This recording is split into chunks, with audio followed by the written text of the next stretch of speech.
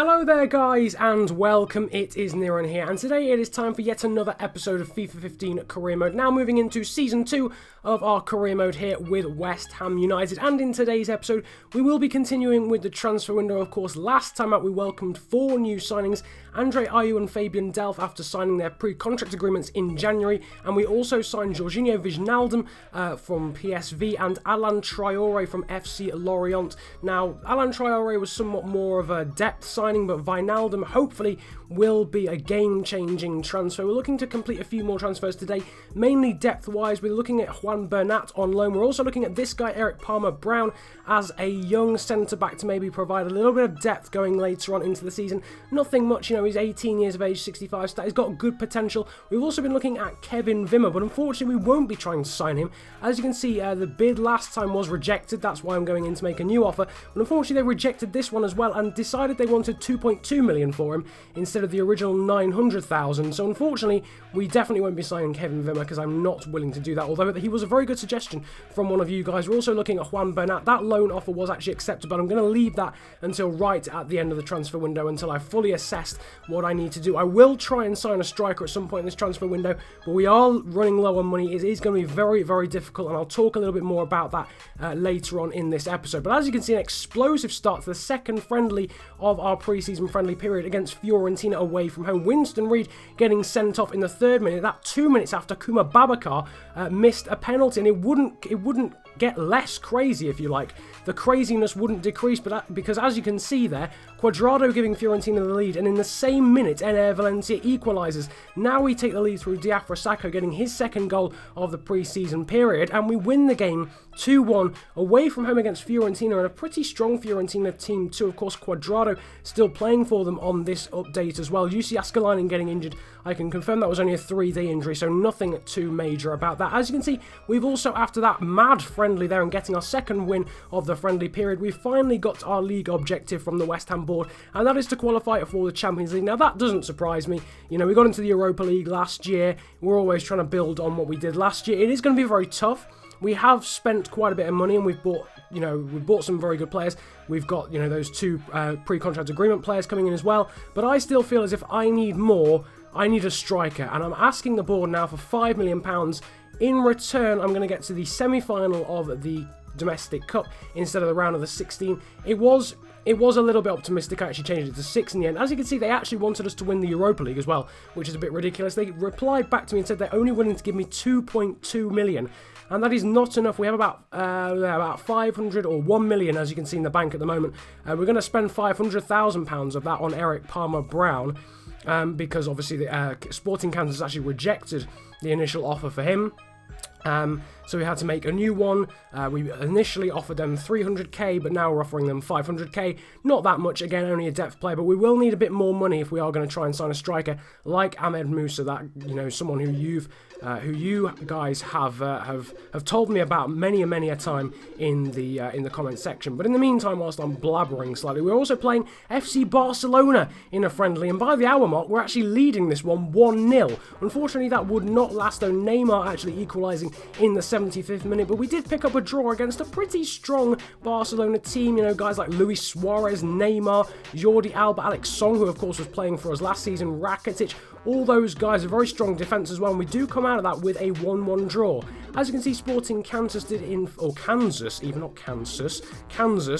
did actually go ahead and accept our revised offer, if you like, for Eric Palmer-Brown. So we're going to now put in a contract offer pretty much matching his requirements there of £2,250 a week and a 4-year contract. That is in fact accepted, and we are going to go ahead then and sign Eric Palmer-Brown, someone who's been suggested to me a fair amount of times in the comment section. He's going to be a good player. He's got good potential. It's nothing major, it's not going to be a standout signing when you look back at this transfer window, but his potential is good, and so we're getting him for £500,000. you know, you might as well take a punt on him. He might become very useful in cup games and if we have some sort of defender crisis. Now, speaking of defenders, we've actually got 2 offers here for 2 separate defenders from 2 separate clubs. The first one we're going to deal with here is Winston Reid.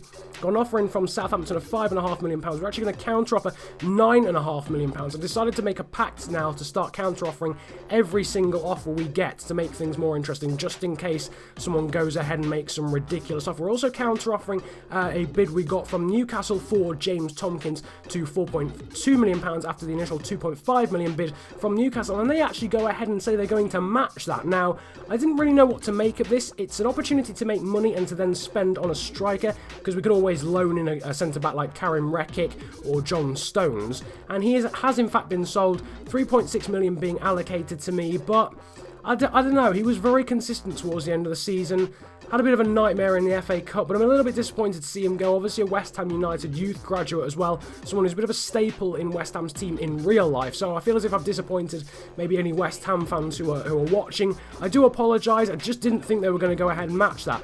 But after the slight disappointment, I suppose, of selling one of our few consistent centre-backs, it has to be said at the moment, or at this point in time, we're actually going to jump into the first Premier League game of the season. We're actually playing Stoke, as the fixture list was announced a month ago.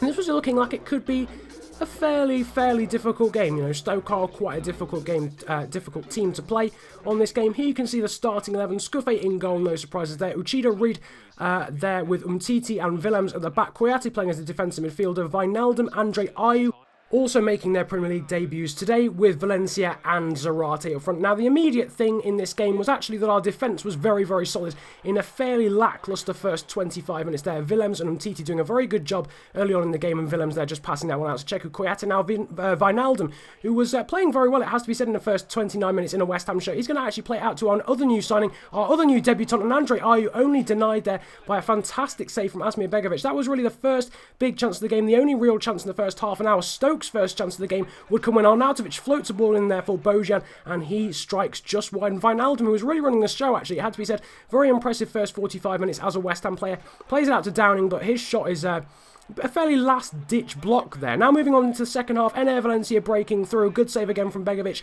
and Wijnaldum unable to get there on the rebound. But we were starting to pin Stoke now into their own half. Wijnaldum with some nice skill there, turning and forcing a good save there from Begovic again. And Wijnaldum forced through again. But as you can see, that last-ditch challenge, that last-ditch defending was becoming somewhat of a theme in this game. And unfortunately, we draw 0-0. Despite playing incredibly well, despite dominating the game, we just couldn't break down Stoke's defence, and when we couldn't break down Asmir Begovic. It was a very frustrating game, one that we were massively on top for, but unfortunately those last-ditch challenges were coming in thick and fast from Stoke, and they defended very well, it has to be said.